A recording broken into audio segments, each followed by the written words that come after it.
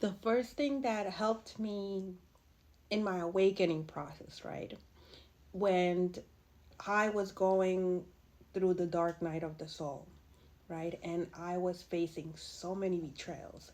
I was facing so many abandonment wounds. I had to heal my inner child first, right?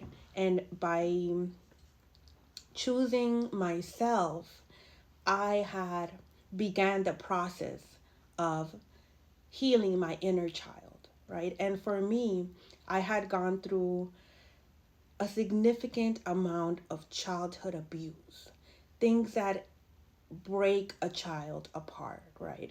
And so I grew up with those things to the point that I engaged in addictions. I engaged in behaviors that were not so godly, right? So not only did I have to hear my inner child, I had to I had to parent myself, right? I had to parent myself. I had to heal my inner child.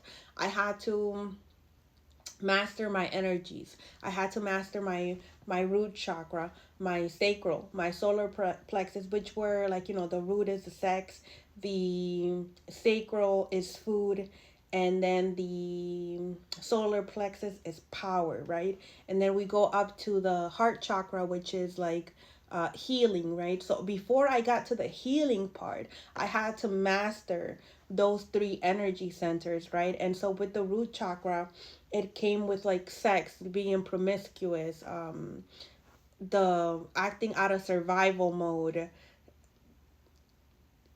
being in a fight, flight, or freeze type of scenario, and also reprogramming my nervous system and reprogramming my mind. So that took a lot of work.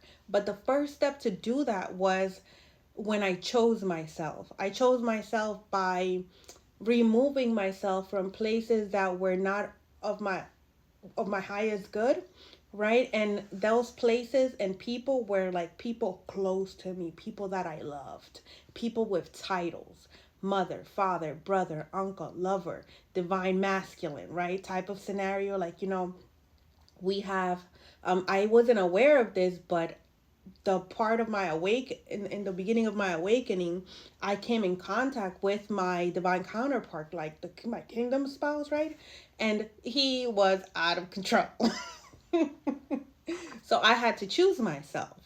And when I chose myself, I stopped abandoning myself and letting go of my toxic family, right? All of them.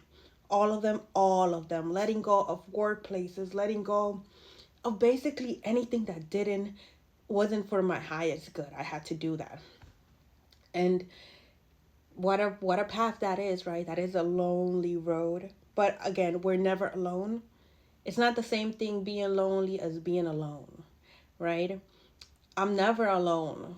And because I at that time I began my awakening process, and I began to realize that I was always surrounded by angels, that God was always with me. God had always been with me because he lived inside of me, right?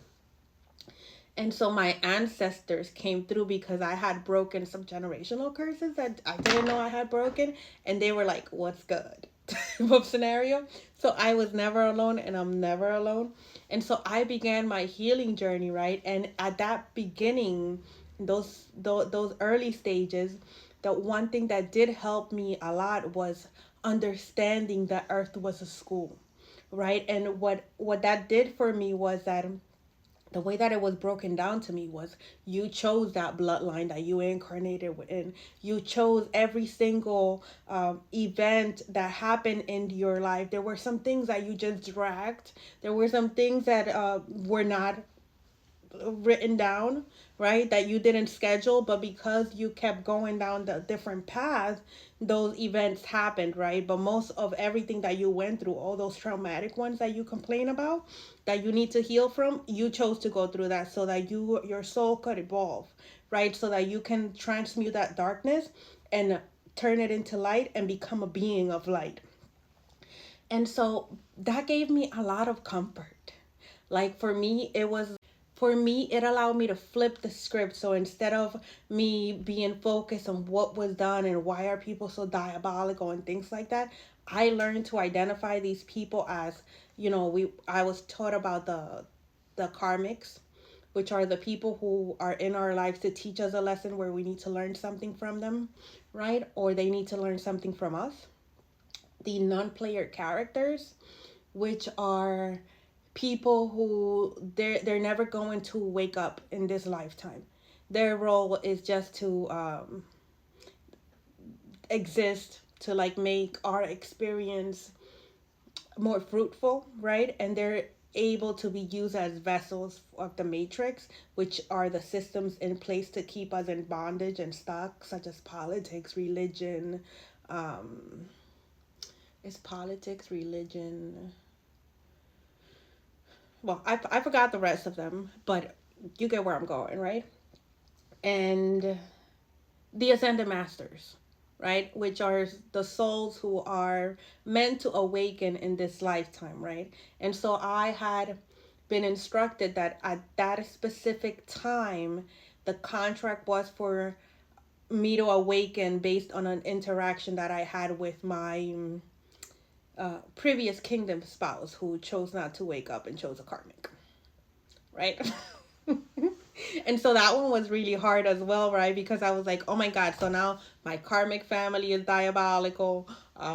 My entire life has been like a list of unfortunate events. And then now that I find my kingdom spouse took it to hell, right? But there's nothing for me that is stronger or more important than my connection with source, my connection with God, and me completing my mission. There's nothing at all that's more important to me than that. Everything else comes after that. So for me, it was pretty easy to just ask God, like, what is it that I'm supposed to do now? And although I didn't know what my mission was at that time, I kept hearing is to heal. Your mission is to heal. Your mission is to be yourself. Your mission is to heal. And so for like a whole year, I was out here just healing. I was being told your mission is to heal. You need to heal. You need to forgive. And the more I healed, the more that was revealed to me about how things played out, about the script that was placed in my life, which was basically something that I chose, right? Except that we go through the veil of forgetfulness and we don't remember. So that's why we have to do the healing work. That's why we have to be in silence. That's why we have to isolate. That's why we have to take care of our vessel, because we have to start awakening our DNA, right? And the way we do that, it's through healing, right? And the more that we keep distracted, the more that we don't choose ourselves, the more that the universe is going to keep putting things in front of us so that we can choose to heal and overcome certain things. I'm going to be with part 3.